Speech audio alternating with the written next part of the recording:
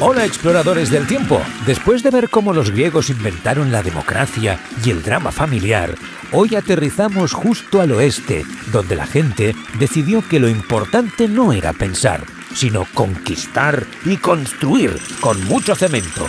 Nos vamos a la antigua Roma. Esta gente no solo inventó la ley, la ingeniería práctica, sino que nos obligó a aprendernos el latín en el colegio. Agarraros la toga, que empezamos.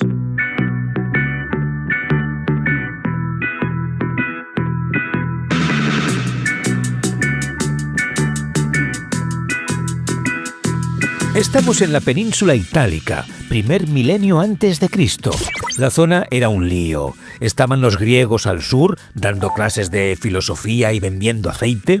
Estaban los latinos al centro, pastoreando. Y al norte, una gente con mucho estilo. Los etruscos. Eran los vecinos ricos que vivían en la actual Toscana. Ojo, porque muchas de las cosas que hacen famosos a los romanos vienen de ellos, de los etruscos. La toga, los juegos de gladiadores, la idea de un senador. Plagio puro, se copiaron. Fueron los que enseñaron a los latinos a ir bien vestidos y a organizar una buena fiesta. Y en el siglo VIII a.C., la magia sucedió a orillas del río Tíber. Varios poblados de latinos se unieron en las famosas 7 colinas. ¿Y por qué allí, en las 7 colinas? ¿Qué había? Porque era el sitio perfecto, fácil de defender, con agua y justo en el cruce de caminos. Roma nació como un puesto de control. Esa primera ciudad, Roma, al principio era pequeña, una aldea, pero con el tiempo se hicieron los romanos con todo el mar Mediterráneo. Lo renombraron como si fuera una rotonda privada, el Mare Nostrum, o sea, nuestro mare, el nuestro. ¿Cómo lo hicieron? Pues con sus legiones. Eran máquinas de guerra tan organizadas que eran como el ejército suizo, pero con una ambición desmedida. Vamos pero a la fundación de Roma. El mito de Rómulo y Remo. ¿Os imagináis una telenovela ambientada en el 753 a.C.? Pues es esta. Todo empieza con traición, un abuelo destronado y una hija sacerdotisa obligada a la castidad. O sea, nada de sexo. ¡Error! ¡Error! El dios Marte, el dios de la guerra, un tipo que no acepta un no por respuesta, se enamoró de ella. ¿Resultado del romance? Pues 2 niños, 2 gemelos. El tío malo, Amulio, los mandó a ahogar. Sí, a matarlos. El sirviente, que tenía que hacerlo, con un corazón de oro, pues los pone en una canasta y los lanza en el río Tíber. Y aquí viene la anécdota que todos recordamos. ¿Quién encuentra esta cesta con los 2 bebés, con los 2 gemelos? Pues los encuentra y los amamanta una loba. Dicen los historiadores que a lo mejor no era una loba, sino una prostituta, porque la palabra latina era muy parecida. Pero vamos a quedarnos con la imagen épica. 2 bebés alimentados por un cánido. Es mucho mejor. Los gemelos crecieron, descubrieron su origen y se vengaron del tío que los quiso matar. Y entonces decidieron fundar una ciudad. ¿Y qué pasa?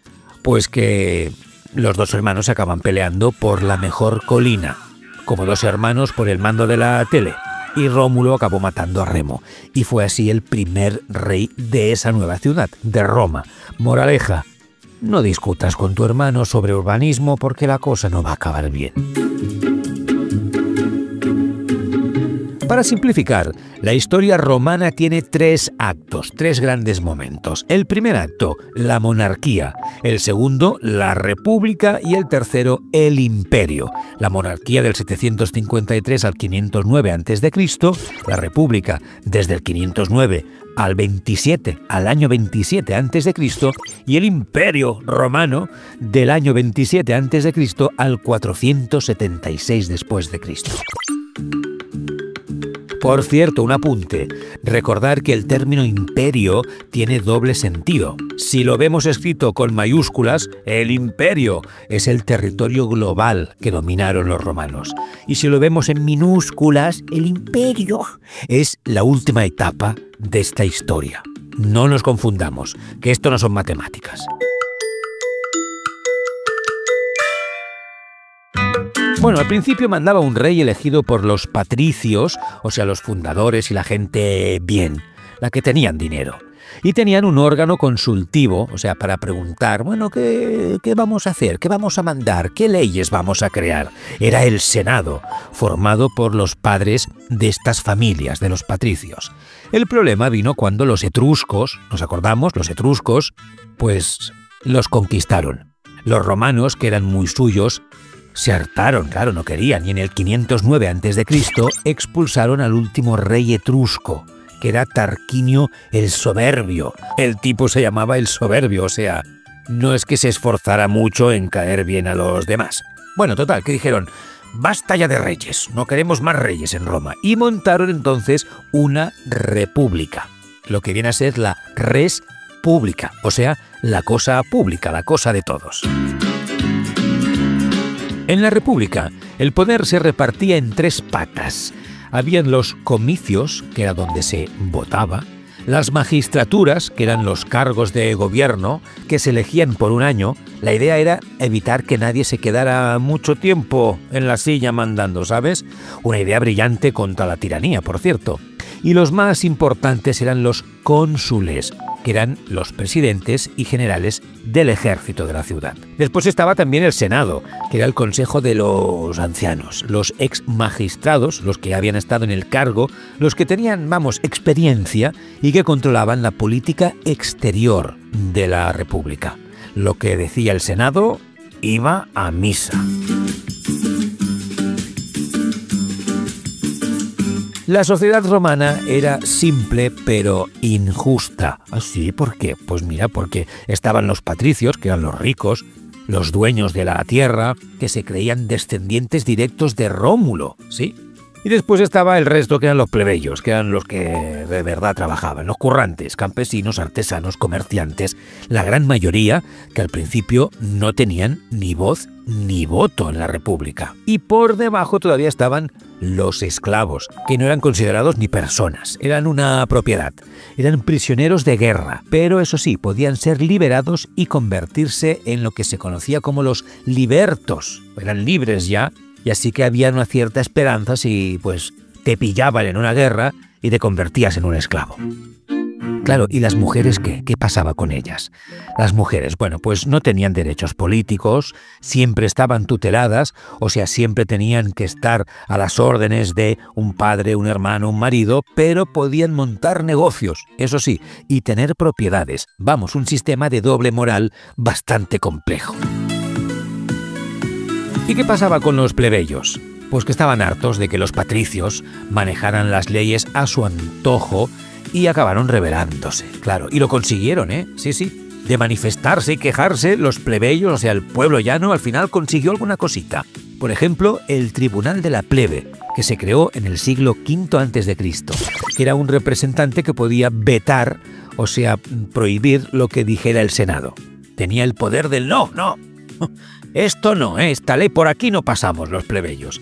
Y después estaba el Código de las 12 tablas, que eran las leyes por primera vez escritas en piedra, literalmente, para que nadie pudiera inventarse las normas. Después pudieron ser magistrados los plebeyos al final. Y así que la fiesta pues se acababa abriendo, la fiesta de la democracia, de la república, se abría a todo el pueblo. Y mientras se arreglaba el tema de los derechos, Roma iba conquistando más territorios. Primero, toda Italia, y luego el gran conflicto, las guerras púnicas contra los cartagineses. El enemigo era un señor conocido como Aníbal, un estratega brillante que se atrevió a cruzar los Alpes con elefantes. Imaginaros el drama de la logística, el frío, la comida para el elefante, pero Roma, a base de cabezonería y recursos, acabó venciendo esa batalla.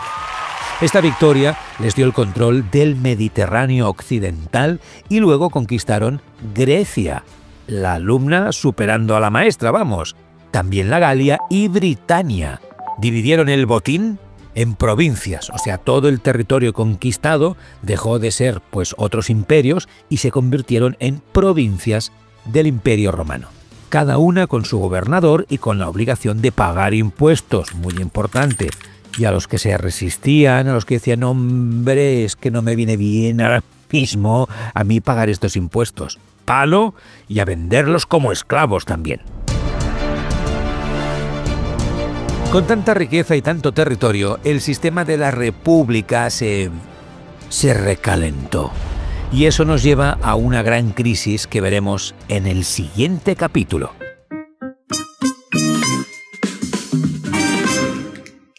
Y hasta aquí nuestro primer asalto a la antigua Roma. Hemos pasado de la loba a un imperio que se expande sin control.